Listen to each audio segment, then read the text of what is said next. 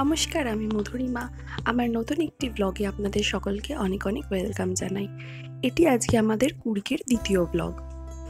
আমার আগের ভিডিওটি যারা দেখেছেন তারা অনেকেই জানবেন আমি গতকাল কুর্গ এসে পৌঁছেছি। আজকে সকালবেলা উঠে আমরা কুর্গের আশেপাশের কিছু জিনিসকে ঘোরার প্ল্যান করেছি। আমাদের প্রথম প্ল্যান ছিল যে হোটেলটায় আমরা আছি, সকালবেলা উঠে যখন হোটেল থেকে বেরোলাম, এত সুন্দর চারপাশের প্রাকৃতিক দৃশ্য, মানে আমাদের মনে হয়েছিল যে একটুখানি পায়ে হেঁটে চারপাশটা ঘুরে দেখি। কিন্তু গতকাল রাতের বৃষ্টির কথা মনে পড়তে মনে হলো বলা যায় না, পরে হয়তো আরও বৃষ্টি হতে পারে।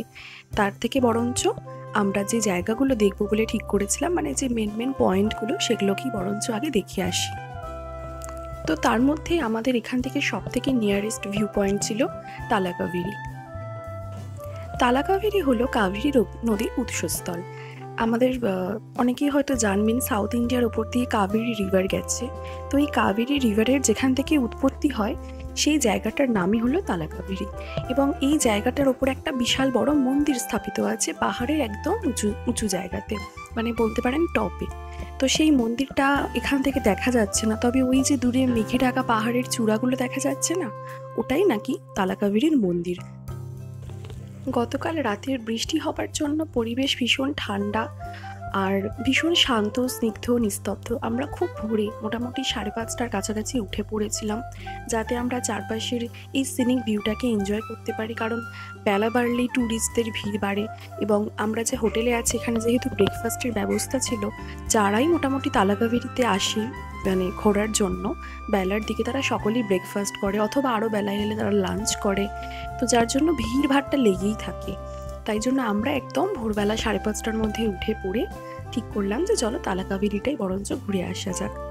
তো চলো তাহলে এগোনো যাক। আমি তো আগেই বলেছি কুর্গের রাস্তা প্রচুর চওড়া, যার জন্য সেভাবে ভয় লাগে না। কিন্তু এটা তো কুর্গের মানে সেই যে কুর্গে ওঠার রাস্তা নয়, এটা কুর্গের একটা ওপরে আরও উঁচুতে একটা পাহাড়, যার জন্য এখানের রাস্তা তুলনামূলক একটু সরু। কিন্তু হ্যাঁ, প্রচুর গাছপালা, যার জন্য আপনার সেই খাড়া পাহাড় বা শুকনো পাহাড় যেরকম হয় না, খুব ভয় লাগে। মানে আপনি যখন গাড়িতে বসে দেখছি সাইডে জানলা দিয়ে, একদম একটাও গাছপালা নেই, পুরো একদম স্ট্রেট নিচে দেখতে পাচ্ছি ন্যাড়া পুরো পাহাড়, সেরকম হলে আরও বেশি ভয় লাগে। এখানে সেরকম না, এখানে প্রচুর গাছপালা রয়েছে, যার জন্য বেশ ভালোই লাগছিল, অতটা ভয় লাগেনি। তবে সমস্যা হয়েছে কি জানো তো, যেহেতু প্রচুর ভোর ভোর আমরা বেরিয়েছি আর তলা থেকেই দেখাচ্ছিলাম না যে পুরো মেঘে ঢাকা, তো তার জন্য কি হয়েছে, প্রচণ্ড মানে রাস্তাতে দেখছি কুয়াশা, মেঘ, যাই হোক আর কি, রাস্তার ভিজিবিলিটি খুব খারাপ, মানে খুব যে স্পষ্ট তো দেখা যাচ্ছে সেরকম না। যত উপর দিকে উঠতে থাকছি ততই দেখছি আস্তে আস্তে সাদা হয়ে যাচ্ছে চারিপাশ।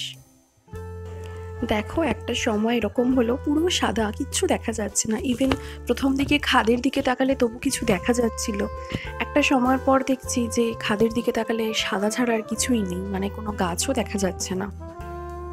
যেতে যেতে একটা সময় এমন হলো সামনে যদি গাড়ির কিছু চলেও আসে আমরা সেটাও বুঝতে পারছি না, এতটাই সাদা হয়ে আছে চারিপাশ, খুব ভিজিবিলিটি খারাপ।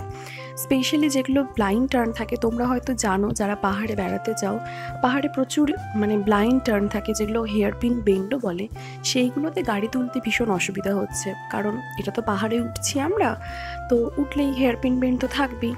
যখন আমাদের ভিজিবিলিটি পুরো শূন্য, তখন যখন এই গাড়িটা ঘোরাচ্ছে না, বড্ড ভয় লাগছিল, এই বুঝি না পড়ে যায় এরকম মনে হচ্ছিল। মনে হচ্ছে বাইরেটা অনেক বেশি ঠান্ডা তলার থেকে, কারণ আমরা যেহেতু গাড়ির কাঁচ তুলে বসেছিলাম, আমরা ঠান্ডাটা সেভাবে বুঝতে পারিনি। তবে মনে হচ্ছে দেখি বাইরেটা বেশ ঠান্ডা হবে। আমরা কিন্তু গিয়েছিলাম পুজোর সময়, মানে অক্টোবর মাসের মাঝামাঝি করে। তো এই সময়তে মোটামুটি ঠান্ডাটা বেশ ভালোই ছিল। অন্যান্য জায়গাগুলোতে অতটা ঠান্ডা না থাকলেও এই জায়গাটাতে তো প্রচণ্ড ঠান্ডা ছিল। তোমরা যদি এই সময় মানে অক্টোবর মাস করে কুর্গ বেড়াতে যাও, অতি অবশ্যই তোমরা শীতের পোশাককে ক্যারি করতে ভুলো না। আমরা পৌঁছে গেছি, যেখানে দেখবে আলটিমেট গাড়ি গিয়ে থেমে গেল, আর গাড়ি যাবার জায়গা নেই, এবং সেখানেই ভালো করে কুয়াশা, তো কিছু মেঘ তো কিছু দেখতে পাচ্ছি না। নেবে বেরিয়ে হেঁটে দেখলাম যে হ্যাঁ, একটা বিশাল বড় গেট, সেখানে লেখা আছে তালাকাভেরি টেম্পল বলে। তো ওখানে আমরা গাড়ি পার্কিং করলাম। হ্যাঁ, প্রচুর ফাঁকা জায়গা পাহাড়ের ধারে। তুমি যেখানে খুশি পার্কিং করতে পারো, তারপর হেঁটে হেঁটে তোমাকে যেতে হবে অনেকটা রাস্তা। আমার জানা নেই এর ভেতরেও গাড়ি নিয়ে যাওয়া যায় কি না, সেটা অবশ্য আমি জানি না। তো যাই হোক, কথা বলতে বলতে দেখো আমরা মন্দিরের কাছে চলে এলাম। মন্দিরের এই গেট পেরিয়ে এখান থেকে জুতো খুলে আমরা ঢুকে পড়লাম ভেতরে। ভেতরে গিয়ে একটা ছোটকুড়ের মতন একটা বাঁধানো জায়গা রয়েছে, সেখানে দেখছি ওই ঠান্ডার মধ্যে প্রচুর মানুষ খালি গায়ে জলে ডুব দিচ্ছে আর কি। মনে হয় এদের কোনো মানত ছিল, সেটা হয়তো পূরণ হয়েছে। তো লোকের কাছ থেকে জানলাম এটাই হলো তালাকাবেরির মানে মূল উৎস, মানে কাবেরী রিভারের মূল উৎস এটাই। তো সেখানে এই পবিত্র জলে অনেকে ওই জন্য চান করছে। মোবাইলের ফটো তোলা অতটা অ্যালাউড ছিল না মনে। হাঁটতে হাঁটতে এই যে কুয়াশা মেঘের মধ্যে দিয়ে হাঁটা এবং প্রচণ্ড ঠান্ডা, যেহেতু পাহাড়ের চূড়ায় প্রচণ্ড হাওয়া, যদি ছোট বাচ্চা থাকে অবশ্যই ভালো রকম জামা কাপড় ভারী গরমের নিয়ে যেও, নাহলে কিন্তু ঠান্ডা লেগে যাবে যদি ভোরবেলা যাও। আর যদি বেলায় যাও সেটা আলাদা ব্যাপার, তখন হয়তো এতটা ঠান্ডা থাকবে না। কিন্তু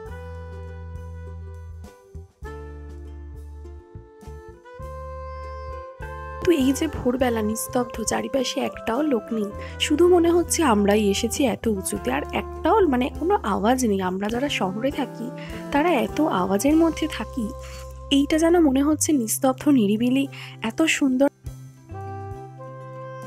যদি আপনারাও এখানে যাওয়ার কথা চিন্তা করে থাকেন তাহলে অবশ্যই ভোরবেলার দিকে যাওয়ার চেষ্টা করবেন, তবে আপনাদের জীবনেও একটা সুন্দর স্বপ্নের মতন সকাল মেমোরি হয়ে থাকবে। চলুন আজকের মতন ভিডিওটি এই পর্যন্তই থাক। আবার আমি পরের দিন আরেকটি নতুন ভিডিও নিয়ে আপনাদের সাথে হাজির হব, এবং ততক্ষণ পর্যন্ত আমার চ্যানেলটিকে সাবস্ক্রাইব করবেন, আমার পাশে থাকবেন যাতে আমি আরও সুন্দর সুন্দর জায়গা আপনাদের জন্য নিয়ে আসতে পারি। ততক্ষণ ভালো থাকবেন, সুস্থ থাকবেন, টাটা।